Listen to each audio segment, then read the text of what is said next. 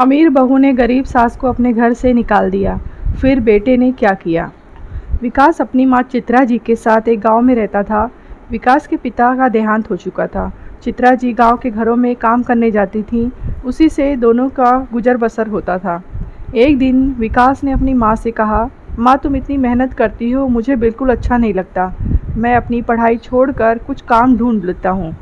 यह सुनकर चित्रा जी बोली, रोने लगी। उसने कहा, बेटा कुछ दिनों की बात है, तू पढ़ लिख कर अच्छी नौकरी करने लगेगा तो मुझे काम करने की ज़रूरत नहीं पड़ेगी। फिर मैं तेरी शादी कर दूंगी। बहू आने के बाद मुझे आराम ही करना है, तू अपनी पढ़ाई पर ध्यान दे।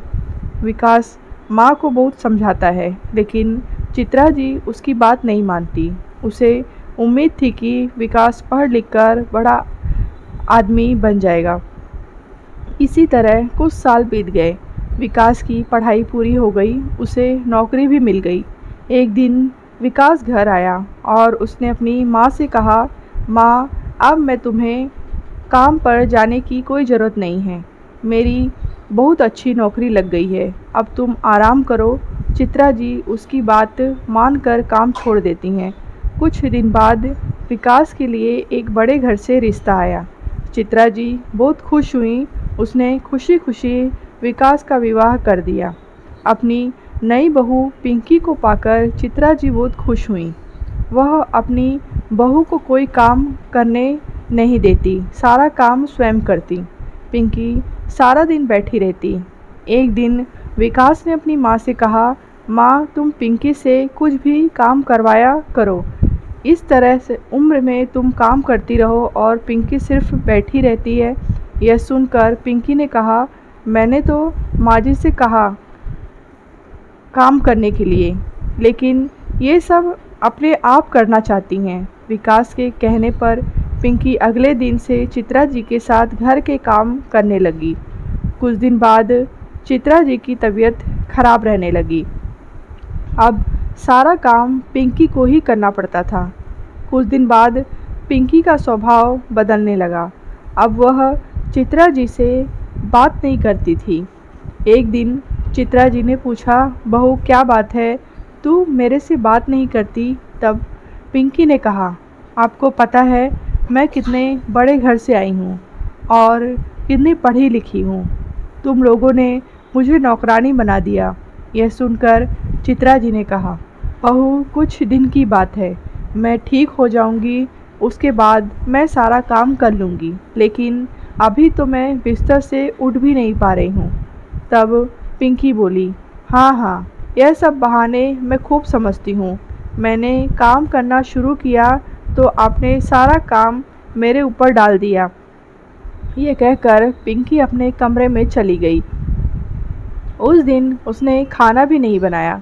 शाम को जब विकास घर आया तब पिंकी ने कहा, सुनो जी, मैं इतना काम नहीं कर सकती, इसीलिए मैं अपने पिता के घर जा रही हूँ। तुम्हें अपनी मम्मी की सेवा करनी है तो करो, मुझसे यह सब नहीं होगा। यह सुनकर विकास गुस्से में बोला, मैंने शादी अपनी माँ को आराम देने के लिए की थी। अगर तुम घर का काम नहीं करोगी तो माँ इस बीमारी में कैसे काम करेगी? यह सुनकर पिंकी गुस्से में अपने घर जाने के लिए चल दी। तभी चित्रा जी ने उसे रोका और कहा, बहू इस घर को छोड़कर मत जाओ, मैं सारा काम कर लूँगी। पिंकी फिर भी नहीं मानी और अपने पिता के घर चली जाती है। उसके जाने के बाद चित्रा जी रोती रहती हैं। विकास कहता है, माँ तुम क्यों रो रही हो? उसका गुस्सा कम होगा तो वह आ जाएगी। यह सुनकर चित्रा जी कहती हैं, बेटा तू अभी उसे लेकर आ और जब तक वह नहीं आए तू भी उसके साथ रहना। विकास कहता है, माँ तुम्हें इस हाल में छोड़कर कैसे जा सकता हूँ? लेकिन चित्रा जी कहती हैं, तुझे मेरी कसम, नहीं तो मैं अन्न जल त्याग दूंगी और मर जाऊंगी। चित्रा जी की जिद के आगे विकास हार जाता है और पिंकी को लेने उसके घर पहुंच जाता है। वह पिंकी को बहुत मनाता है, लेकिन वह नहीं मानती। पिंकी उससे कहती है, हम अलग घर लेकर रहते हैं, तुम अपनी माँ को हर महीने कुछ पैसे भेज देना। विकास बेमन से उसकी बात मान लेता है और पिंकी के साथ अलग मकान में रहने लगता है।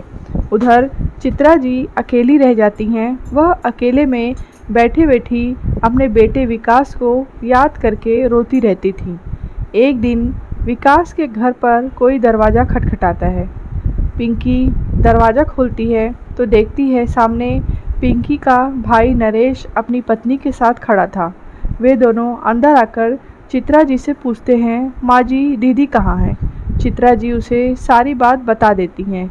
यह सुनकर नरेश कहता है, माँ जी मैं सोच भी नहीं सकता था मेरी बहन ऐसा करेगी। मैं तो अपनी पत्नी के साथ शहर में रहता हूँ।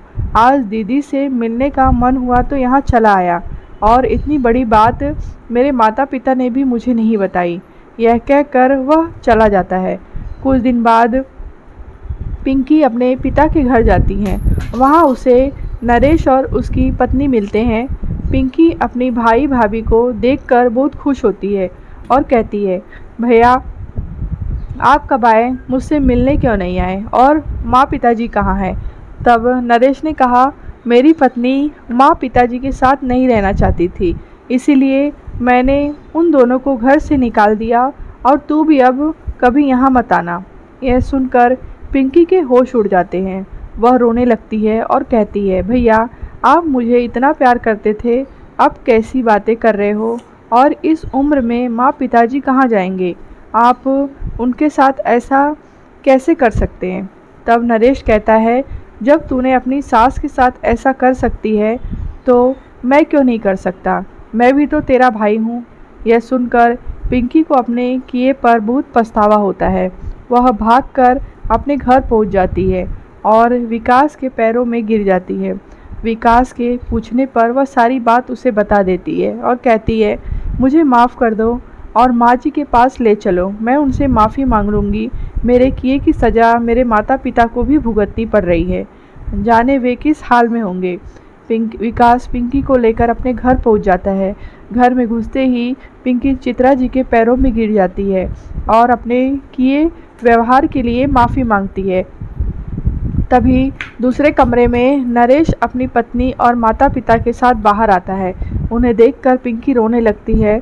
तब नरेश उसे बताता है, उसने माता पिता को छुपा दिया था ताकि तुझे तेरी गलती का एहसास हो सके। नरेश के माता पिता भी चित्रा से माफ़ी मांगते हैं। इस तरह विकास, पिंकी और चित्रा जी तीनों खुशी खुशी रहने लगते हैं। कहानी आपको कैसी लगी है कमेंट बॉक्स में बताएं। कहानी अच्छी लगी हो तो लाइक करें, शेयर करें।